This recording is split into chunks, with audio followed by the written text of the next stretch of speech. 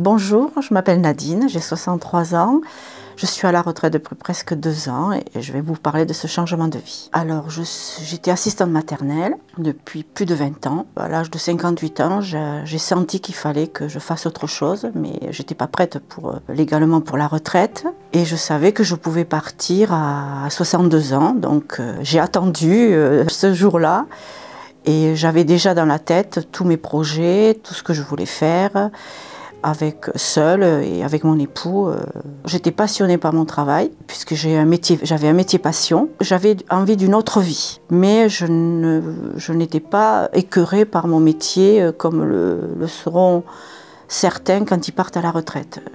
J'avais la chance de travailler seule et avec des enfants, et j'avais l'impression de jamais travailler, mais de toujours jouer avec des enfants.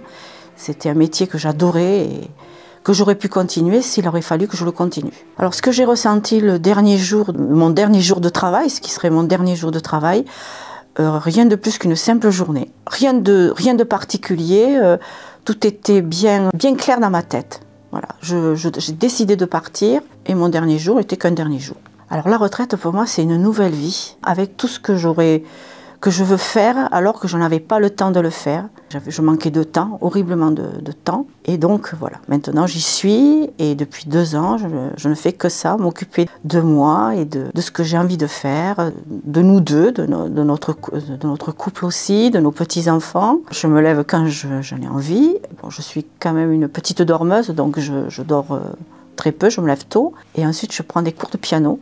Donc le matin, je fais du piano, à peu près 1 heure. Ensuite, les séances de sport. Et puis après, j'ai encore, administrativement, je soutiens l'entreprise de mon époux. Et après, il y a mes petits-enfants et j'adore me promener, marcher, faire du vélo. Et puis les rendez-vous. Et puis je lis beaucoup. Ça, c'était un souhait parce que quand on travaille beaucoup, on n'a pas le temps de lire.